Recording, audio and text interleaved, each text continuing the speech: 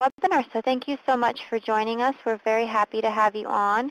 As I mentioned, my name is Juana Maria. I'm the Business Services Coordinator with Illinois WorkNet, and we have Denise Ching on for the Small Business Development Centers.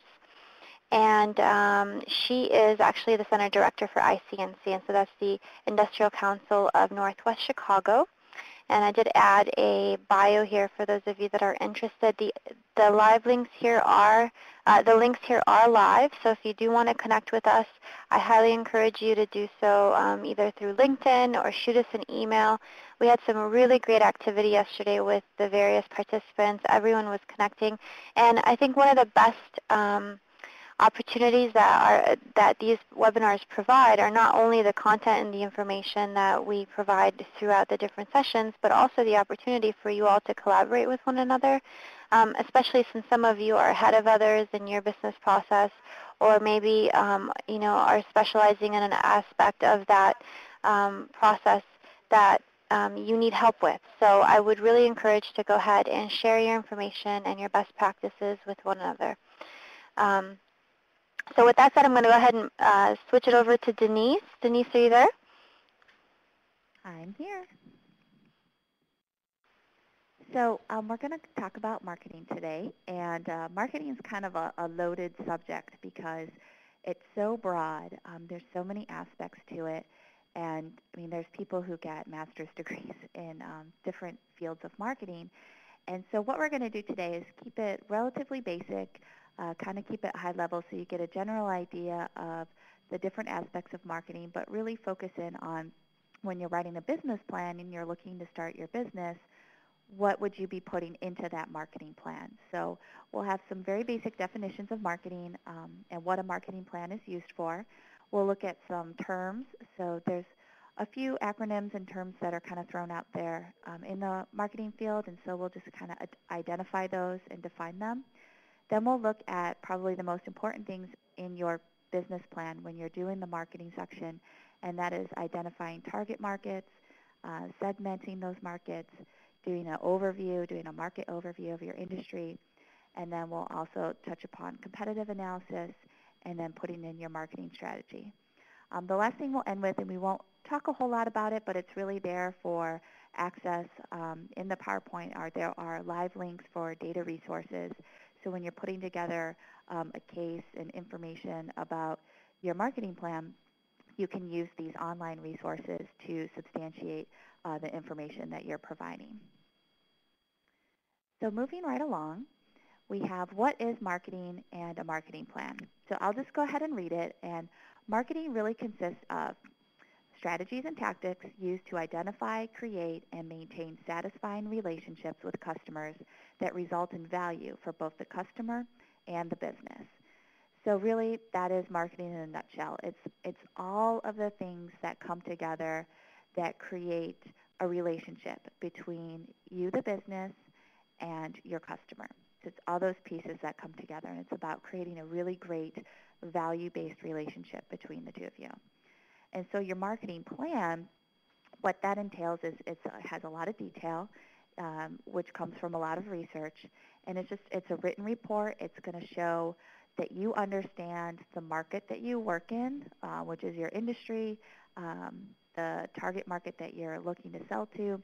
And then you also would put that in there primarily for if you're seeking funding for your new business, you need to be able to prove that there are customers out there who want to buy your product or service. And so your marketing plan is building that case, saying, look, there's all these people out here. They have this pain. There's no one who's meeting it right now. And by my product or my service, I'm going to be able to relieve that pain and bring them satisfaction, and look at how many people are out there and how much money I can make from it. So that's why you have the marketing plan. It's showing that there is a potential for your business to make money in this market. So if we look at what marketing principles are about, it first comes down to understanding. So the first thing that you're going to do is really understand, and there's entire fields on this on market research. Is what are the interests, what are the needs, what are the desires of your customer, of that target market that you want to sell to. You're also then going to select pockets of people or pockets of clients, pockets of customers based off of some similarities. You can segment them and put them into nice little areas and say, I'm going to sell to these people and these people and these people. And that's where you're selecting your segments. And then you're going to also describe these segments. So marketing goes into a great deal of describing what these segments are about, what are their needs, what are their habits, what are their behaviors, and how are you going to fit with that as a company with your product or service. You're going to create your product and service. You're going to describe it in pretty good detail of what it is that you provide. And then communicating is really where that branding concept comes into. That's your trademarks, your slogans, your graphics, that brand. How are you appealing? What's your message in the marketplace of who you are and what you do? Marketing also entails the delivery of your products or services. That's the different distribution channels that you may choose to operate in. Are you a online e-commerce retailer? Are you a B2B? Are you going through distribution channels? Are you a retailer? Are you direct sales, international trade, warehousing, whatever? That's where your delivery comes into, and that is also covered under your marketing plan. And then to solicit feedback is really more of like an ongoing process for a business. So it's not necessarily an essential part of your business plan when you're writing about your marketing strategy, but it would be something you'd want to entail maybe once you're already in business and you're just doing a marketing plan to kind of refresh where you're at, is you want to continually receive feedback from your customers so that you can be improving your relationship with them, your customer service, and continue to see what their needs and their wants are. So if we move on from there, here's a few things. I don't know if you've ever heard these before, but the marketing mix, or the 4 Ps, is a pretty commonly used terminology in marketing. So your marketing mix consists of product, price, place, and promotion. The other very common one you'll hear is STP, which stands for segmenting, targeting, and positioning. And then you'll also see SWOT analysis with marketing strategies. And so that's where you're identifying strengths, weaknesses, opportunities, and threats.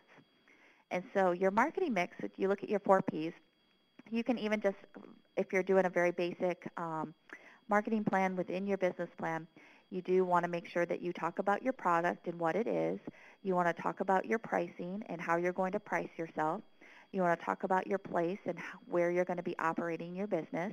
And then you'll talk about your promotion and how you're going to get your name and your product and service in the minds of your customers. And your STP, your segmenting, targeting, and positioning, can come into part of your competitive analysis. You're going to talk about who your ideal customers are, how you're going to group them into segments or groups, and then how you're going to position yourself in the marketplace and position yourself against your competition. And you can use a SWOT analysis as a general analysis for your marketing strategy for yourself, and you can also use it in comparison with a competitor, where you're going to identify strengths and weaknesses and opportunities and threats in the marketplace that you're entering. And so we're going to talk a little bit about a target market because it's pretty important. No business can, sell to everybody. At some point, you're going to be limited on resources, on your time and your money and your ability to deliver your products and services. And so that's why you have a target market. Your target market is really just your ideal customer. Who would be the ideal person or business that would buy your products and services?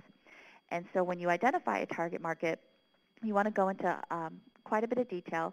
You can use a few things. I put some tips on here. Here are things that you can use to help you identify who your target market could be based off of what you want to offer. Is you can look at, if you're already in business or you've been kind of testing the waters, kind of getting your feet wet a little bit, who are you currently working with? Who is your current customer base? And you can just describe them. Are they men? Are they women? Are they high-level executives? Are they college students? Are they homemakers? Are they married? Are they not? Do they live in the city? Do they live in a rural area? Are they technologically savvy? Are they, whatever it is, do they speak other languages? You're just going to look at your current customers and kind of identify some key demographics. You can also look at your competitors. So if you're going to be offering, let's say you're going to sell women's clothes, who else sells women's clothes? Who are their customers? So you can use your competition to identify who your target market would be.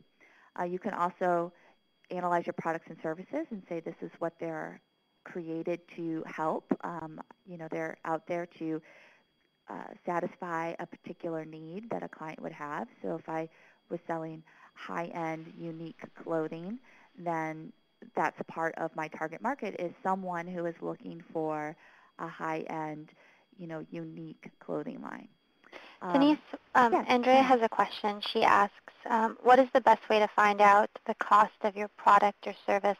And if you could just speak a little bit louder so they can hear you. Oh, sure. Sorry about that.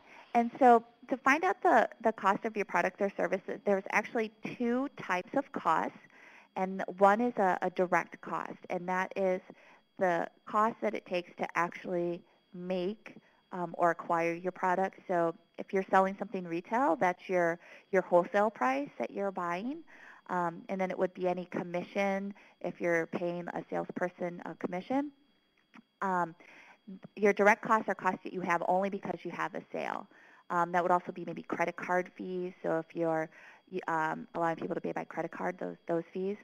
Then you would also want to figure out your indirect cost, which would be anything that you have that's not related to a sale. So if you have rent or if you have any type of salaries or hourly wages, if you have utilities, licensing fees, insurance, and then what you do is you figure out a percentage by going through your income statement, and you can see what percentage you have of indirect costs, and you want to be able to price yourself so that you can make a profit after both of those costs have been accounted for, but still also be able to be reasonable in the marketplace. So it can be really complex, but it's also you can make it relatively simple by just looking at some key chunks of those expenses. So your first one to look at is how much it costs to acquire your product, and then your next one is to look at some of your overhead, and then make sure that you're able to price yourself. So if you sell X number of units, you would do basically a break even and see, okay, if it costs me this much to have my business, how many units do I have to sell at such and such a price, and is that reasonable? Did that kind of answer the question? So hopefully that did. We can go into it more on another one. Pricing is a big deal.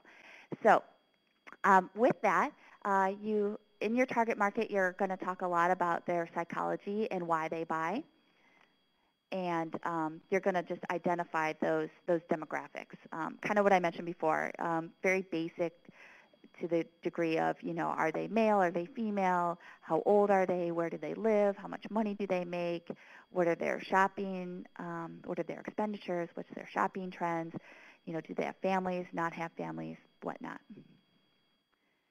And so when you're segmenting your market, you can have a very broad market that you're selling to, and then what you do is within that target market that's relatively broad is you can create either little pockets or little groups based off of their similar demographics and that you feel like you can really deliver your product to. And so there's kind of four criteria for having a segment. One, you want to be able to measure it. So you want to be able to say, well, there are 2,500 people in Chicago that fit this demographic. It needs to be accessible. You wouldn't want to put a market in there that you're unable to access at this time for whatever reason, whether it be a language barrier or a financial barrier, or they're on the other side of the world and you're just not ready to go there. They need to be accessible. They should be compatible, meaning the sense of what they're looking for is what your company is offering. And it should be substantial enough that would warrant you the time and effort of trying to sell to them. So you'd want it to be large enough that you can sell enough people, your products and services. And so here's kind of an example. I took this is from Business Plan Pro. They have a number of sample business plans. This one was for a women's clothing store in LA.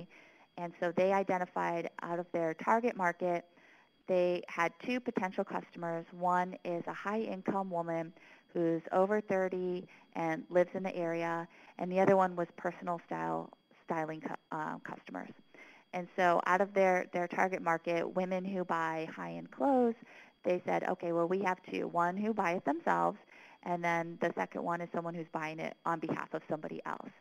And then they just put in, you can see for each year, they put about how many people they think are in the market that they'll be able to target, and they have some percentages in there. And if you use a business plan software, there are some other ones besides Business Plan Pro. That's one that we use in the small business development centers, but there's certainly other ones out there. And I know there's a fee involved. I believe it's around $100 if you bought it yourself. But with that being said, what they have in these software programs are the ability to generate these charts and some of the percentages. All you're doing is typing in some data, and then it puts it in a nice format for you. So it can make your job a little bit easier when you're writing a business plan. So your target market, here's an example of what a target market would look like when you're writing about it. So you're going to put in who your primary customer is.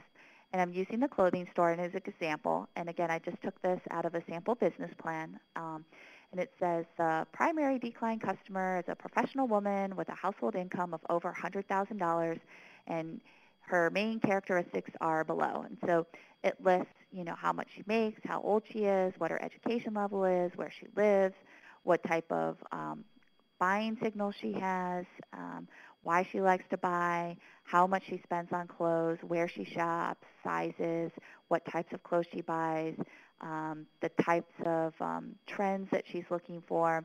And so this is what, when you're writing about your target market, this is the type of information that you want to have and you want to be able to articulate in your business plan. And so your market overview is probably a shorter part of your marketing plan, but it needs to be included. It will probably be anywhere from 1 to 2 pages. What you're doing in your market overview is talking about exactly that. You're doing an overview, a basic, high-level understanding of what is going on in the market right now. So if you are in retail clothing, what's going on in retail clothing in the United States, in the state of Illinois, in the city of Chicago right now. And I put a little example on the bottom. Again, I took that out of the sample business plan. But you're going to talk in economic and general terms, where you're saying, here's how large the market is, here's how it's being affected by situations in the world, and that's pretty much it. You're not making any judgment calls on it. You're just saying, this is what it is that I'm getting into. Once you identify your market and you start talking about your target client and how you're going to segment your target market, you would also include a competitive analysis. This is pretty important because the fact that there's competition in your market and you have a competitor is actually a good sign. It shows that there are already people out there who are looking to buy the type of product or service that you offer. And so what you want to do is to be able to identify them and show how you're going to compete against them. So you can do a side-by-side. Typically what you'll see in a marketing plan for a new business is you'll probably identify maybe 5 to 10 competitors, but then you're going to break out who you think your most worthy competitor is, or who you're going to most directly compete against. And that's where you'll show how you position yourself against your competitor. Are they more convenient, but you have a better quality? Are they high price, so you're a lower price? Are they not meeting the needs of a niche market that you can meet because you're smaller. And so that's where you're going to talk about those types of things. In your competitive analysis, a lot of what you're just doing is just listing general information about them. So you're going to say their name, their address, their phone number, if they have a website. You'll want to identify how many years they've been in business. You want to talk about how large or small they are. And you would use that by talking about their annual revenue or their employee size. That usually is a good indicator of how large a company is. You would talk about what size of the market they hold, and then kind of what their position is.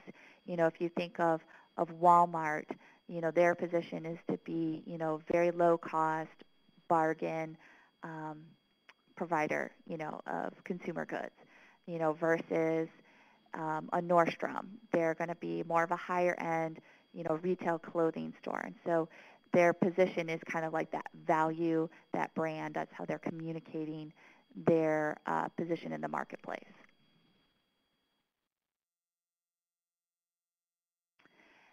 You can use a SWOT analysis when you're talking about your competitors. You can use it as part of your general marketing strategy. When you are talking about strengths and weaknesses, you're talking about internal factors within your own company, and it's things that are going on right now in the present. Opportunities and threats are considered external factors, and there's things that could happen in the future. And usually when you see a SWOT analysis, you'll see it put in this little box here where you have your four categories. And so your strengths, when you're talking about your strengths, you're talking about the resources that you have, the people who work there, the management team, any type of experience you have, the knowledge, the data, your pricing, the value you bring, the quality of your products. Your weaknesses, you're going to talk about maybe areas that you have some gaps in capability because you're just not big enough, or you just don't have the machinery, or whatever it is. You're going to talk about cash flow and startup costs. Those typically are weaknesses. You might have a lack of a competitive advantage at some point, but it's things that are internal to your business. Your opportunities are going to be things that are available outside your business, like trends in industries, trends in lifestyles, like the aging baby boomers, or more people have dogs, whatever it is that's kind of an outside what's going on in the world, that could be an opportunity for you. It would be things like technological advances and developments, and it could be a demand in a marketplace if demand is going up for a particular product or service. And then when you're looking at your threats, again, it's an external thing that you would not necessarily have control of. You just are aware that it could be out there and could affect you.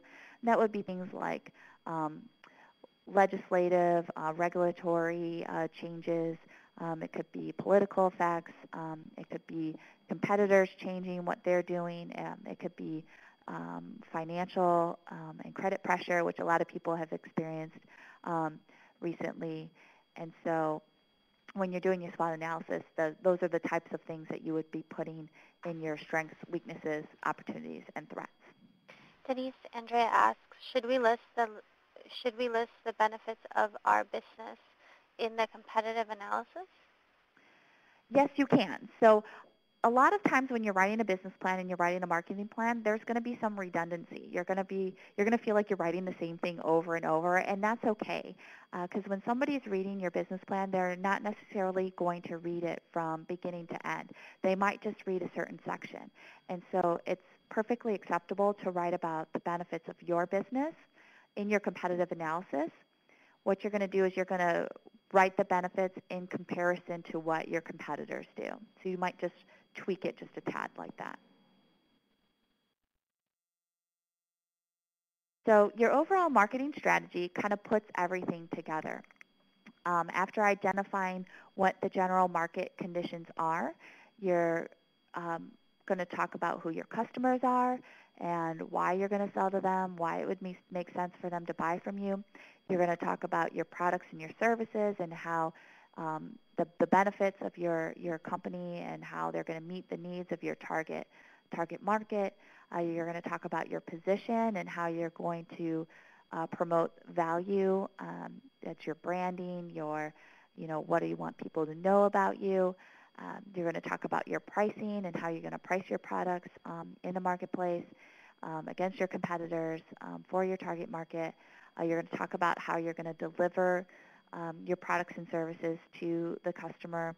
And you're going to talk about, this is your advertising, so to speak. So marketing is more than just advertising. Advertising is a part of it, and that's that promotion part. And it's very important. There's businesses that have fantastic products, but if nobody knows about it, then they don't sell anything, and then they eventually suffer. They suffer from a lack of customers, and it's not because they didn't have a great product. It's just they were not effective in promoting those products to the marketplace. And so it's very important to think about these things, and then when you're writing your business plan to put those down on paper so that you can show a bank or an investor that you've thought through these things and you have a plan. So the marketing strategy should be pretty specific and action-orientated to say, this is what I've identified and here's what I'm going to do about it. So it's not just theory, it's also, here's the actions that I'm going to take based off of the information that I have researched and provided here for my business and this marketing strategy. So to put your marketing plan together, it takes a lot of information.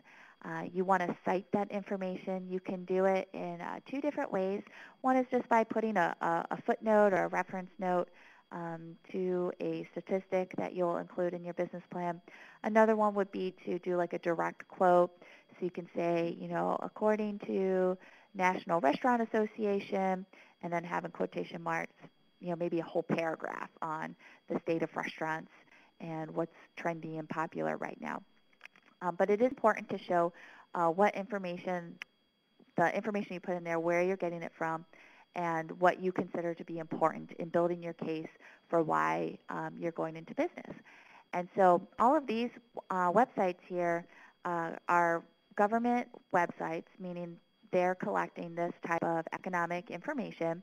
So you have Department of Commerce, you have the state's data portal, you have Census Bureau, you have Bureau of Labor Statistics, Department of Labor, Economic Statistics Administration, and Federal Reserve Bank of Chicago. This is not meant to be an exclusive list. There's definitely a lot more out there.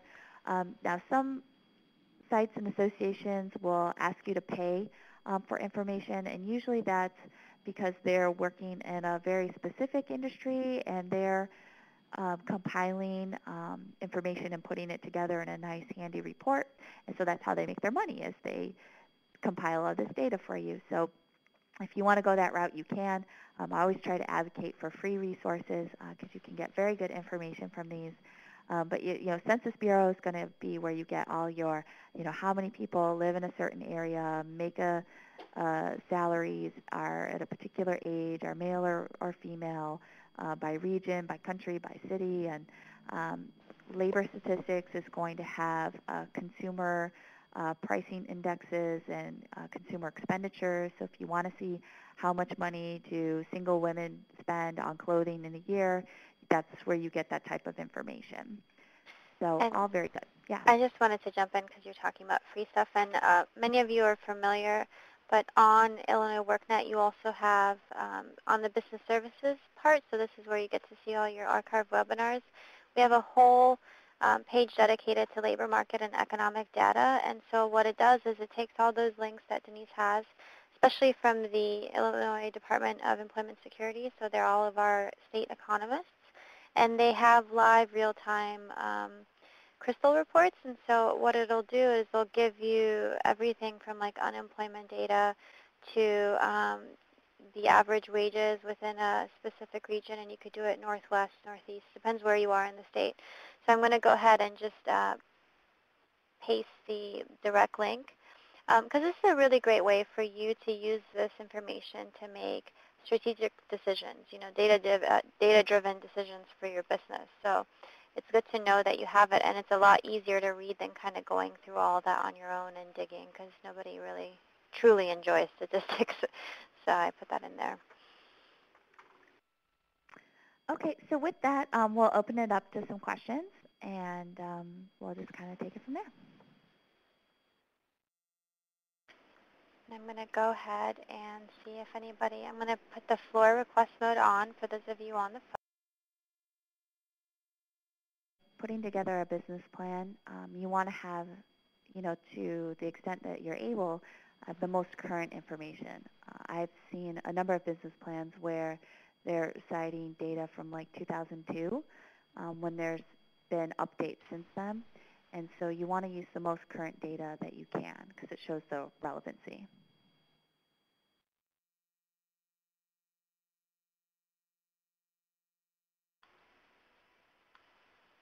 Any other questions?